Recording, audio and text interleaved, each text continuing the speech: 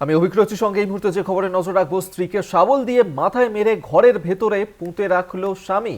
সন্তান দেখতে পেয়ে জানায় ঠাকুমাকে। পূর্ব বর্ধমানের আউশ গ্রামে সেখানে এই ঘটনা ঘটেছে। পূর্ব বর্ধমান আউশ গ্রামের জাদুঘরিয়া আদিবাসী পাড়ার ঘটনা। স্ত্রীকে শাবল দিয়ে মাথায় মেরে ঘরের ভেতরেই স্বামী পুঁতে রেখেছে এবং এই ঘটনা তাদের সন্তান দেখতে পায়, তারপর সে ঠাকুমাকে জানায়। পূর্ব বর্ধমানের আউশ গ্রামের জাদুঘরিয়াতে সেখানে এই ঘটনা ঘটেছে। এই ঘটনাকে কেন্দ্র করেই চাঞ্চল্য ছড়িয়েছে সেখানে এবং সেই ছবি এই মুহূর্তে দেখাচ্ছি আপনাদেরকে, যেখানে স্ত্রীকে শাবল দিয়ে মাথায় মেরে ঘরের ভেতরে পুড়ে রাখার অভিযোগ উঠল স্বামীর বিরুদ্ধে। সন্তান দেখতে পেয়েই ঠাকুমাকে জানায় সেই ঘটনার কথা। পূর্ব বর্ধমানের আউশ গ্রামে এই ঘটনা ঘটেছে। এই ছবি এই মুহূর্তে দেখাচ্ছে। এই ঘটনাকে কেন্দ্র করে ইতিমধ্যেই চাঞ্চল্য ছড়িয়েছে সেখানে, যেখানে স্ত্রীকে শাবল দিয়ে মেরে ফেলার অভিযোগ এবং তারপর তাকে ঘরের ভেতরেই পুঁতে রাখলো স্বামী।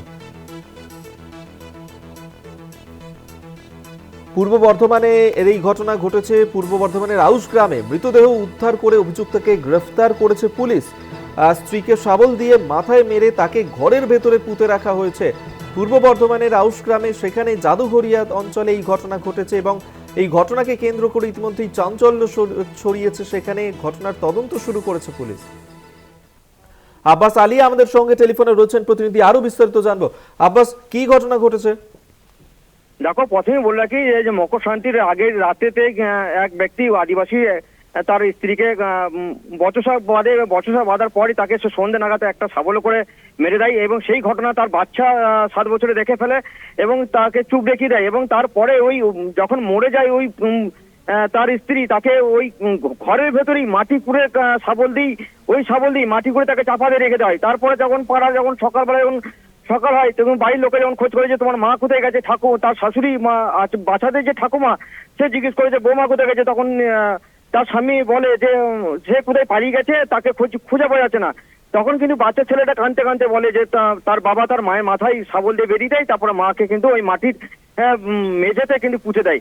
তারপরে যখন ঘটনা জানাজানি হয়, আউশগ্রাম থানা পুলিশকে খবর দেয়। আউশগ্রাম থানা পুলিশ এসে ওই মাটির তলা থেকে ওই মৃতদেহ উদ্ধার করে এবং ওই মৃতদেহ বডিকে বর্ধমান হাসপাতালে পাঠানো হয় ময়নাতদন্তের জন্য।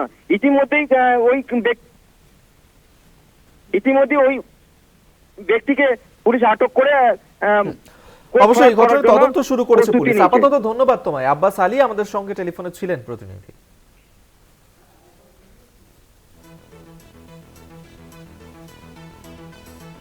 স্ত্রীকে শাবল দিয়ে মাথায় মেরে ঘরের ভেতরে পুঁতে রাখলো স্বামী। সন্তান দেখতে পেয়ে ঠাকুমাকে এই খবর জানায় এবং পূর্ব বর্ধমানের আউশ গ্রামে সেখানে এই ঘটনা ঘটেছে। ঘটনা তদন্ত শুরু করেছে পুলিশ।